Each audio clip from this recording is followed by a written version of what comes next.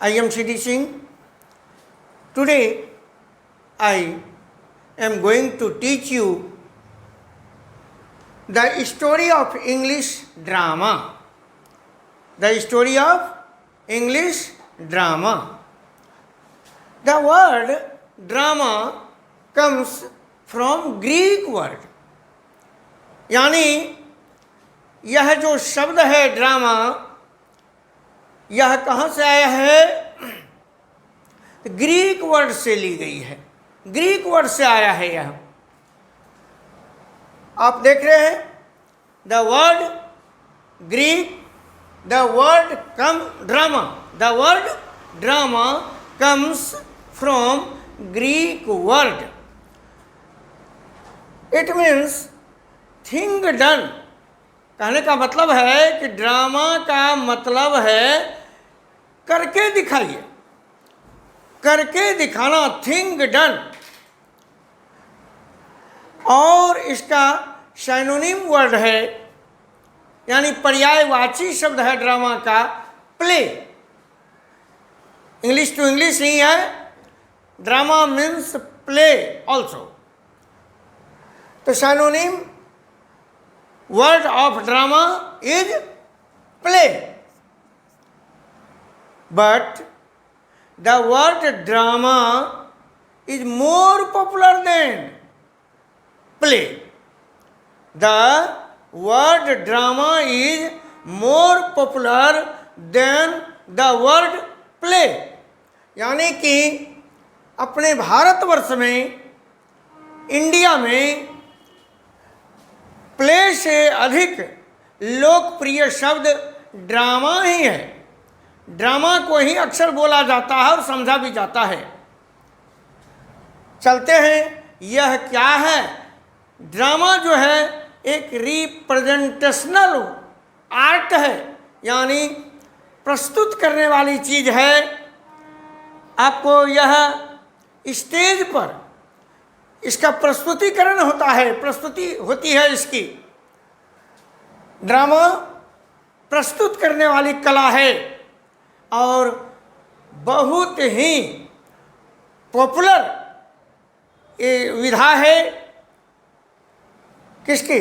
साहित्य की, लिटरेचर की बहुत ही प्रिय, लोकप्रिय और अच्छी विधा मानी जाती है ड्रामा को। तो इतनी अच्छी चीज़ है तो इसमें यह भी जानना चाहिए इनमें क्या क्या तत्व हो सकते हैं। Dramatic elements, what are dramatic elements? तो ड्रामाटिक एलिमेंट्स फर्स्ट है प्लॉट। ड्रामा के पहला एलिमेंट है, पहला तत्व है, पहला अवयव है प्लॉट, यानी कथा वस्तु होनी चाहिए। उसकी कथा वस्तु होती है। दूसरी है कैरेक्टर। क्या है? कैरेक्टर। कैरेक्टर मीन्स पात्र। ड्रामा को प्रस्तुत करके यानी ड्रामा को करके दिखाने वाले जो एक्टर होते हैं उन्हीं को कहा जाता है पात्र, character. That means character. Character means पात्र। जो भी भूमिका अदा करते हैं ड्रामा में, नाटक करके जो दिखाते हैं उन्हीं को कहा जाता है कैरेक्टर। अब है डायलॉग। डायलॉग होता है संवाद। संवाद, अच्छे डायलॉग उसमें सेट किए जाते हैं, संवाद सेट किए जाते हैं ताकि ऑडियंस को वे विशेष रूप से प्रभावित कर सके। चौथा है गेस्चर्स। आप देख रहे हैं गेस्चर्स माना होता है हाव भाव, भंगिमा, मुद्रा। जिस प्रकार हम सीधा सीधी पढ़ देंगे डायलॉग को तो बिल्कुल नॉन इफेक्टेड होगा, वहाँ प्रभाव नहीं पड़ेगा। लेकिन उसके हिसाब से, जैसा डायलॉग है उसके हिसाब से हमें अपनी मुद्रा को अपनाना पड़ता है, मुद्रा को बनाना पड़ता है, भाव भंगिमा को अपनाया जाता है वहाँ। गेस्चर्स। तीसरा है सीनिक इफेक्ट्स। ऐसी इस तरह से हम सीन को सजाते हैं ताकि वो प्रभाव डाल सके ऑडियंस पर। हमको दिखाना है हॉस्पिटल का चित्र, तो हम प्लेग्राउंड का चित्र यदि व्यवस्था करेंगे स्टेज पर सीन के लिए तो वह नॉन इफेक्टेड हो जाएगा। क्लासरूम की व्यवस्था यदि है तो हम युद्ध क्षेत्र की व्यवस्था को दिखाएंगे तो वह नॉन इफेक्टेड हो जाएगा। According to scene we have to adjust scenery. दृश्यों को सजाया जाता है, वहाँ जो जो भी ज़रूरत की चीज़ें हैं वहाँ सेट किया जाता है ताकि हमारा जो दृश्य संबंधी प्रभाव हो वह ज़्यादा से ज़्यादा इफेक्टिव हो। इसी को कहते हैं सीनिक इफेक्ट्स। तीसरा है, अगला है म्यूजिक। क्या है? म्यूजिक। म्यूजिक की ज़बरदस्त प्रधानता होती है, ज़बरदस्त महत्व है ड्रामा के क्षेत्र में। वो एक्टर को बहुत बड़ी सहायता करते हैं रोल करने में।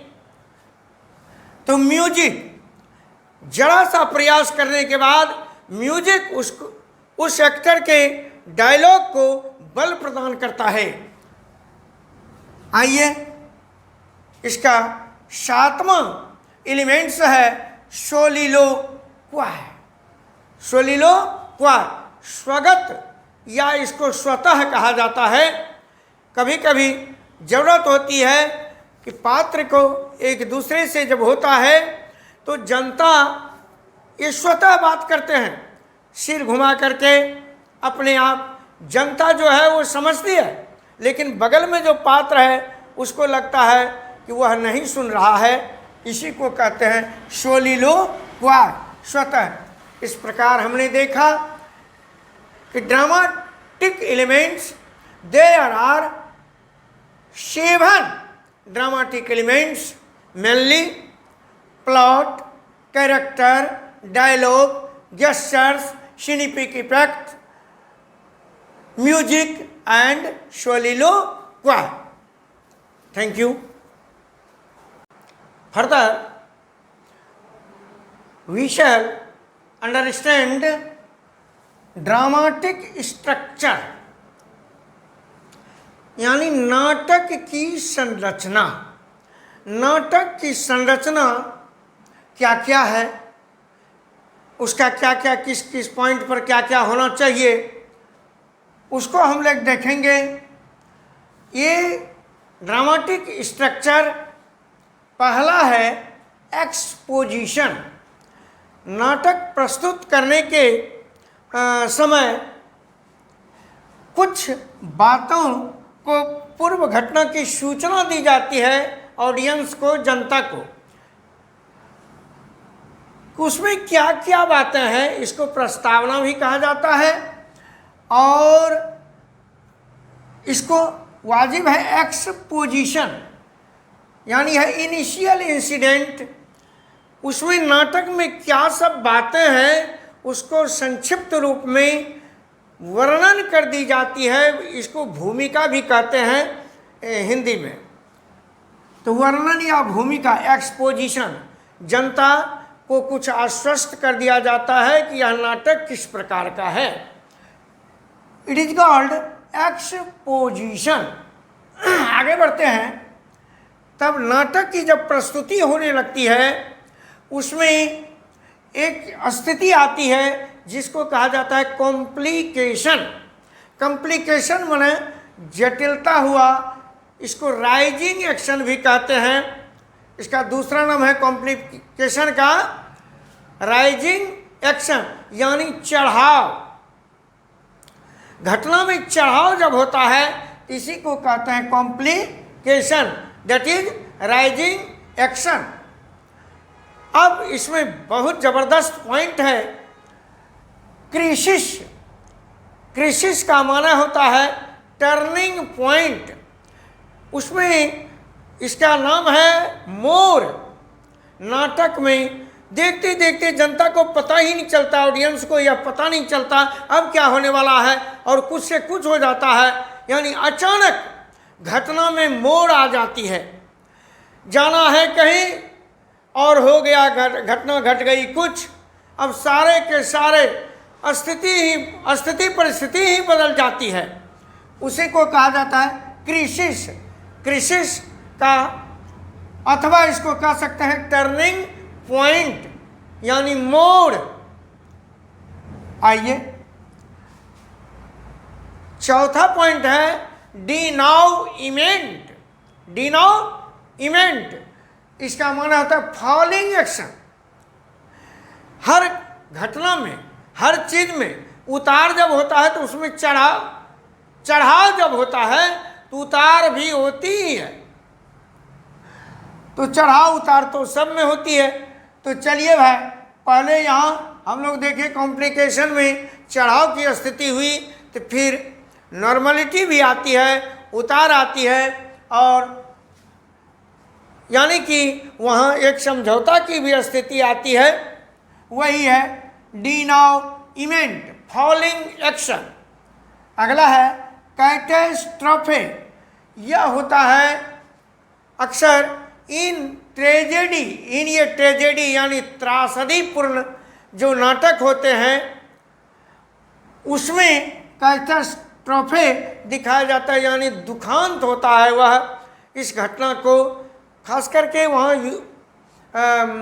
यूरोप कंट्री में इंग्लिश का जो क्षेत्र है, पश्चिमी देशों में सबसे पहले यही होता था।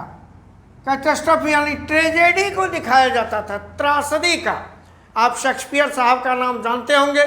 शेक्सपियर साहब यानी William Shakespeare was a great dramatist of English. यानी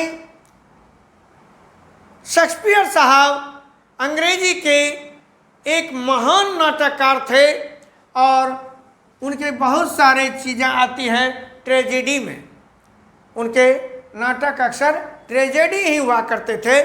और यूरोप कंट्री में, ग्रीक कंट्री में, वहाँ जो क्षेत्र है उसमें ट्रेजेडी का ही ज़्यादा प्रभाव था। अब फिर आते हैं कंक्लूजन। ये कंक्लूजन अक्सर ड्रामा का भारतवर्ष में सुखांत होता है। सुखांत क्या होता है?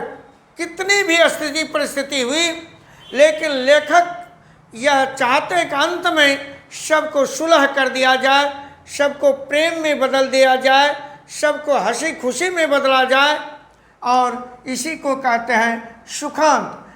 खास करके इन ये कॉमेडी में तो सारे निष्कर्ष सुखांत ही होते हैं। यही है कंक्लूजन। तो नाटक में हम लोगों ने देखा, नाटक के स्ट्रक्चर जो कि ड्रामेटिक स्ट्रक्चर कहलाता है, वह है, पहला है एक्सपोजिशन यानी इनिशियल इंसिडेंट। दूसरा है कॉम्प्लिकेशन यानी राइजिंग एक्शन, इसका मतलब है चढ़ाव होता है। उसके बाद है क्रिसिस, टर्निंग पॉइंट यानी मोड़ आता है नाटक में, जिसको नाटकीय मोड़ कहते हैं।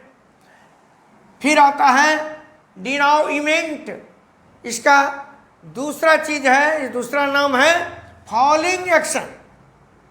इनको समझने के लिए हम फॉलिंग एक्शन भी कह सकते हैं डिनाउइमेंट को। उसके बाद इन ये ट्रेजेडी कैटास्ट्रोफे होता है। कैटास्ट्रोफे यानी त्रासदीपूर्ण, यह दुखांत नाटक में होता है। और फिर यदि कॉमेडी वाली होती है तो उसमें कंक्लूजन हमेशा सुखांत होता है। और भारतवर्ष में अक्सर ड्रामा सुखांत ड्रामा हुआ करते हैं। Thank you.